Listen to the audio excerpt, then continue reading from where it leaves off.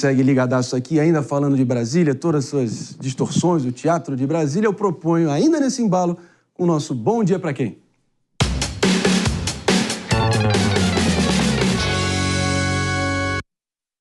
E o meu bom dia de hoje vai para o Senado Federal, que decidiu que não basta governar, é preciso proteger os amigos. Pois é, as urnas mal esfriaram e já estão mexendo na lei da ficha limpa.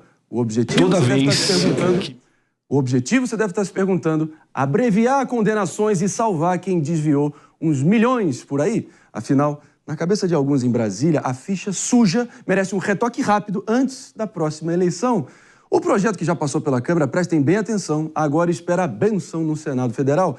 Basicamente, querem mexer nas regras para garantir que mesmo condenados possam voltar a nos representar. Hoje, o sujeito fica inelegível 8 anos após o cumprimento das penas que foi condenado, enquanto a nova regra limitaria a punição a 12 anos no total, independentemente de quantas condenações o corrupto tenha nas costas. E, claro, isso tudo acontece logo depois que o brasileiro se distraiu com eleições. Como diria aquele ditado, aquele velho ditado, abre aspas, depois da tempestade vem a calmaria. E em Brasília, há alguns ajustes na lei, é claro. Mas, enfim, essa é só a minha opinião. E tem gente que discorda de mim. Parece que é fácil assim, mas a gente já estava ensaiando aqui antes do programa e a Jess disse que é, por incrível que pareça, prepare... Estão sentados aí? Estão sentados? Pega o copinho d'água. Jess Peixoto, pelo visto, é a favor desse projeto? É por aí? Sou a favor, sim, não só desse, mas eu acho que a lei da ficha limpa no Brasil, ela se transformou em algo sem valor nenhum.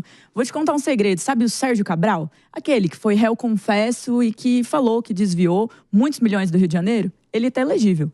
Mas o promotor Deltan Dallagnol, que estava como parte na Lava Jato, ele não está elegível, ou alguns assim o interpretam, embora um juiz lá do Paraná tenha dito que ele estaria elegível também. Mas a grande questão é que a discussão da elegibilidade por conta da lei de ficha limpa, ela está afetando muitas vezes mais alguns nomes do que outros nomes.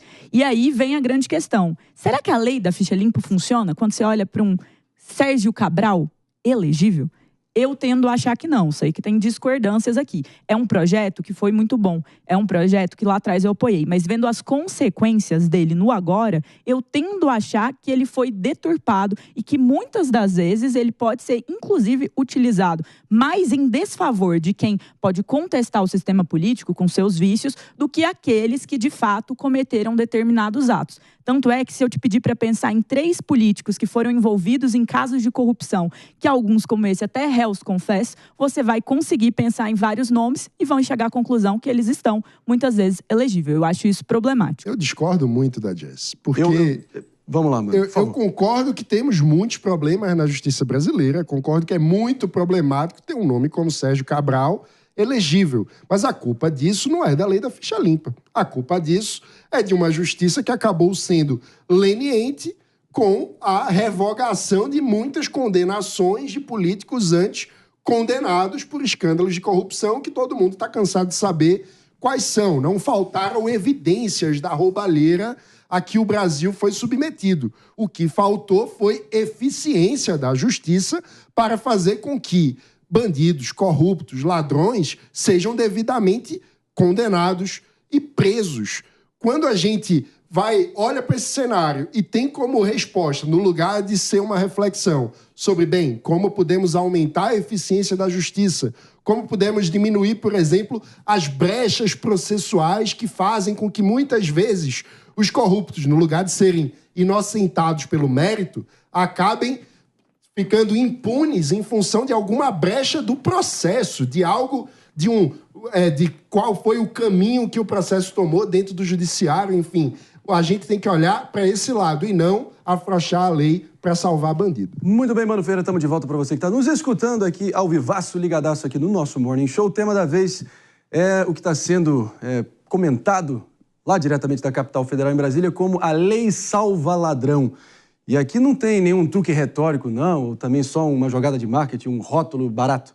Pelo contrário, é literalmente uma tradução literal da lei, conhecida como Decreto Biondi, que foi a Lei Salva Ladri, que os italianos, na era do primeiro-ministro Silvio Berlusconi, recém-falecido, que acabou aprovando para limpar a barra de todos os políticos que foram caindo um por um na Operação Mãos Limpas na Itália, que inspirou em um grande grau a nossa Operação Lava Jato. Então, pelo visto, a gente está, enfim, se espelhando numa receita bem italiana com direito a um brinde com a taça da champanhe da impunidade no final das contas. David.